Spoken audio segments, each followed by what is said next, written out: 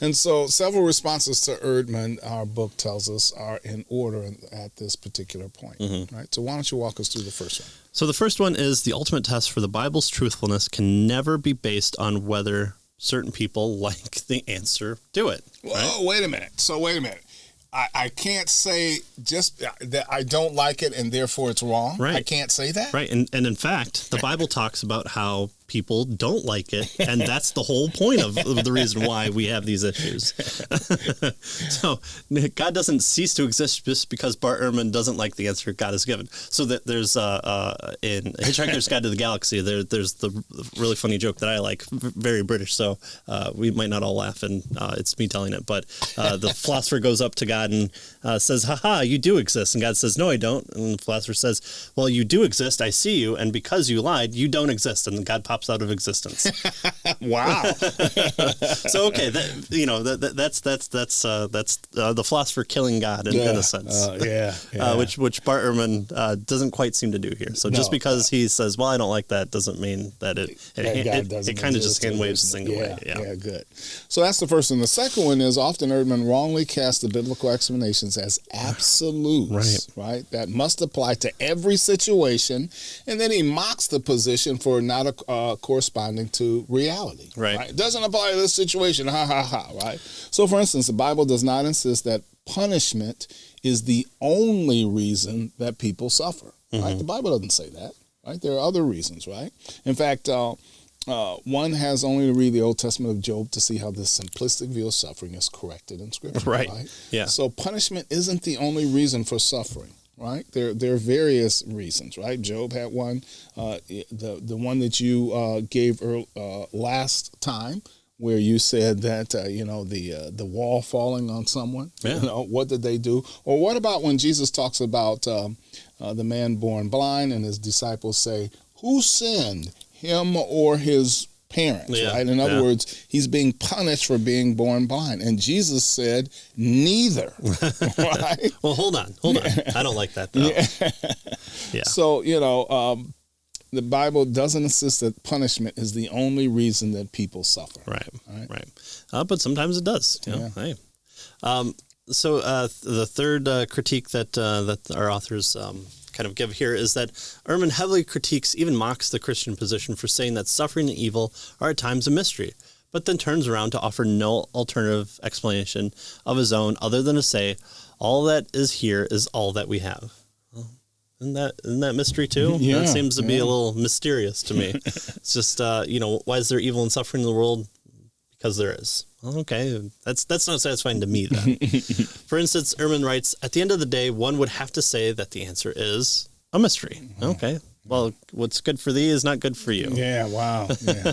So it's surprising that Erhman, as an agnostic, doesn't want to allow Christians to offer as one of their responses to suffering and evil that finite beings cannot fully understand the ways of an infinite God. Right. Surprise, surprise, right? Right. So things can be mysterious and we can't understand everything, right? We're finite, God is infinite. Right. And kind of, if you're internally critiquing, give the position of what you're supposed to take on and see if that at least holds water internally. So would we come to an understanding that we would have complete knowledge of an infinite God? It seems to be a hard case for even communication. In fact, that's a critique that Neil deGrasse Tyson has is if there is such an infinite God, it seems odd that he would even try and communicate to us. Now, for him, I say he goes too far the other way, where if it's an infinite God, why can't he communicate to us? Yeah. But, he tends to not come on our shows. Right. We'd love to have him. That'd be an interesting interview. Yeah. So we kind of don't... We don't get enough from Erhman about why mystery is fine for him, but not fine for us. In fact, Erhman admits that he has no real explanation from his worldview either. But nevertheless, he insists that the Christian claim of mystery is one of the multifaceted responses to evil and it's a cop-out, right? So again, you need to have an explanation for every single piece of suffering and evil in the world. Again, I have to have this kind of God's eye view of saying, well, this child stubs his toe here, and then when 14 people down the line come together, that person that they choose is going to be the next president of the United States. Oh. Well, okay. I mean, how did I get from there to there? I don't know. Yeah, like, it's a mystery. Yeah. I mean, the providence of God, the working out of history. I mean, there are so many examples of, like, in the Civil War, these guys are smoking cigars at the beginning of a battlefield overlooking it. And they just happen to find Robert E. Lee's plans to the next battle engagement. Just happen to pick up the plans. I mean, if you were to write that in a story, right, and say, here, they just came upon it, smoked some cigars, found the plans, you would go, all right, I need a little bit more explanation of, super secret spy came in and did this. You would want more to that.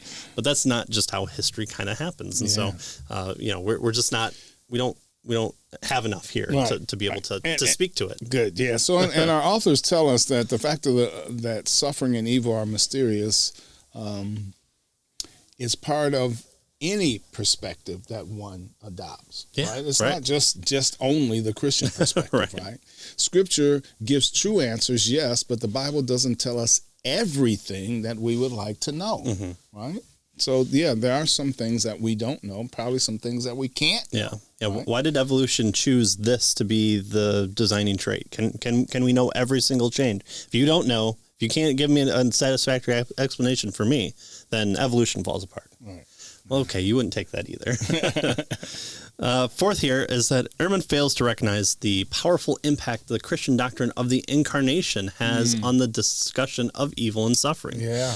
Again, the New Testament teaches that God entered in the world, suffered alongside, and on behalf of his people. That's an insane thing. In fact, that's so insane is if you watch debates between Christians and Muslims, this is a huge contention that Muslims bring up as God would not, subject himself to this type of world where he's eating and defecating and suffering and growing hungry and tired. This is all below God. Right. Okay, well, it's beneath God. Yeah. Why would God stooped and bend to something like that low? Yeah. So no matter the trial, the suffering, or the evil facing humans, they must never assume that God doesn't care. And so God entering into the world is a powerful aspect to that. Is he's just not a far off God who winds the watch, sets it down, and goes off. Traditional theistic Christian orthodoxy. Yeah. This is a big drawing point to. The explanation of suffering and evil. In fact, the cross itself is part of that explanation, not just the Incarnation, but the Incarnation is a big factor. God has chosen to suffer with us, for us, actually, right? That's what the Incarnation is all about, right? Yeah. So while the Incarnation doesn't explain the theoretical problem of evil, it does provide a powerful resource in response to the existential problem of evil. Yeah, right. So I can, I am feeling this suffering, and so it is difficult, it's hard to go through, but I can know that God has also experienced this type of thing, right? So he knows what I'm going through, and so and he knows what I'm going through because he cared enough to suffer, right, himself. Yeah, I mean, isn't that why we tend to, if we lose a loved one, we find a book who someone has gone through that same thing, or mountain climbers say, I want to climb the tallest mountain in the world. Let me read some other books about people who did it, who suffered, who got 500 feet to the top of the mountain and had to come down because the weather was so bad. What was that like? Oh, that must have been killing you. But also, hey, you're going downhill at that point in time, so it's probably a little bit better. So those are the things that the Incarnation and the cross and the resurrection bring to the table as far as explanatory power for the Christian worldview. Right. So again, his claim is that the Bible's explanation for suffering and evil are not satisfied. Our authors tell us, much of Erhman's dissatisfaction with the Bible's explanation of suffering is bound up with the concern that for him, God appears to act immorally, right? Since this accusation against God can in some ways stand alone as a separate argument, we need to look at it further. it deserves more attention. And so that moves us to our next issue. Right. So the God of the Bible is moral, therefore he cannot exist. That's the claim. So God is immoral, and since he's immoral, he doesn't exist. Right. Right.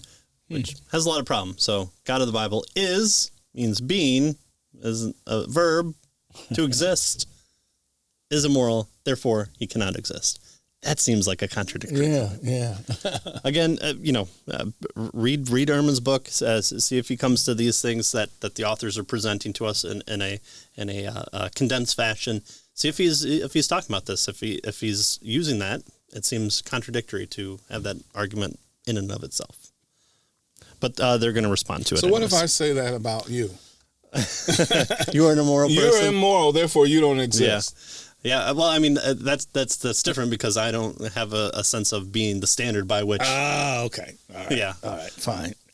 You're not immoral, or at least not in terms of what we're talking about here. Right. I mean, everything that I say and do is perfectly fine and moral. Therefore, if I contradict myself, I'm perfectly fine and moral.